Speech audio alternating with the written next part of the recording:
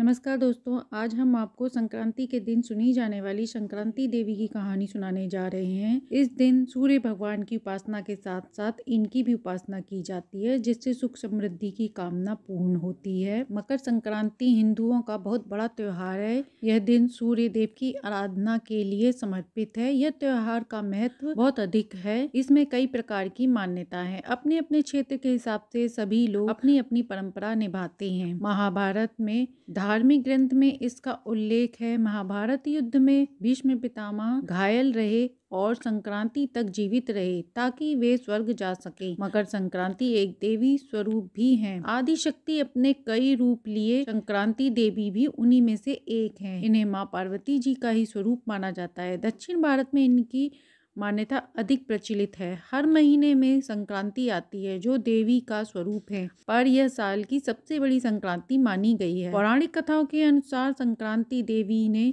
शंकरासुर और किंकरासुर नामक राक्षस का वध किया था, इसलिए इन्हें दो स्वरूपों में देखा जाता है। इनके वाहन मगरमच्छ हैं, जिन्हें मकर संक्रांति कहते हैं। अश्व हाथी पर सवार भी देखा जाता है। महाराष्ट्र में मकर संक्रांति देवी शंकरासुर मर्दिनी का त्योहार मनाया जाता है। इस दिन देवी की पूजा आराधना का विशेष अधिक महत्व माना गया है। देवी पार्वती की पूजा से घर में सुख शांति व समृद्धि आती है। इस दिन माता को सुहाग की सामग्री भी अर्पण करना चाहिए। इसके बाद सुहाग सामग्री को आप पंडिताइन को या किसी सुहागिन स्त्री को दान कर सकते हैं, जिससे सुहाग की लंबी उम्र होती है। इस दिन दान पुण्य करने से हमें अक्षय पुण्य की प्राप्ति होती है और घर में सुख समृद्धि आती है और जीवन की कई परेशानियों का अंत होता है। इस दिन की कथा श्रवण करने से भी सुख सौभाग्य में वृद्धि होती है। तो आइए कथा सुनते हैं। शंकरासुर किंकरासुर नामक दो असुर बहुत बड़े दुष्ट थे। वह मनुष्यों का भक्षण करते थे। शंकरासुर को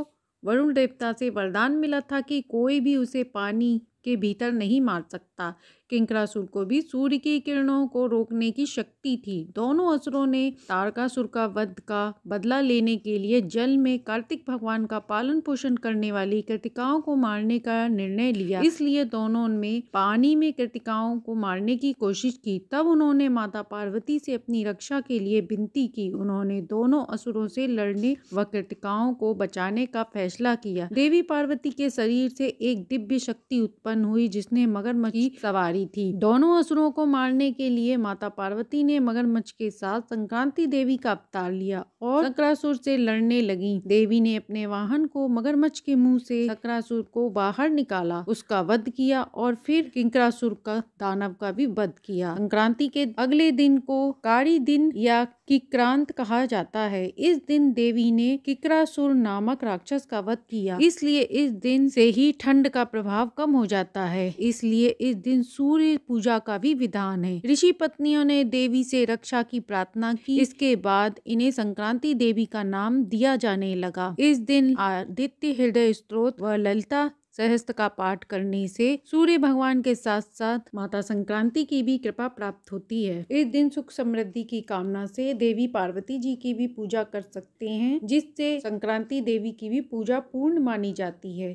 संक्रांति देवी माता पार्वती का ही स्वरूप है, इसलिए उनकी विधि विधान से पूजा करने का भी विधान शास्त्रों में बताया गया है। इस दिन से सूर्य देव उत्तरायण होते हैं और कई शुभ कार्य शुरू हो जाते हैं। यह दिन पूजा पाठ के आध्यात्मिक दृष्टि से बहुत महत्वपूर्ण होता है, तो इस दिन की पूजा पाठ का लाभ उठाएं। जानकारी व कहानी अच्छी लगी हो तो लाइक एंड सब्सक्राइब करें।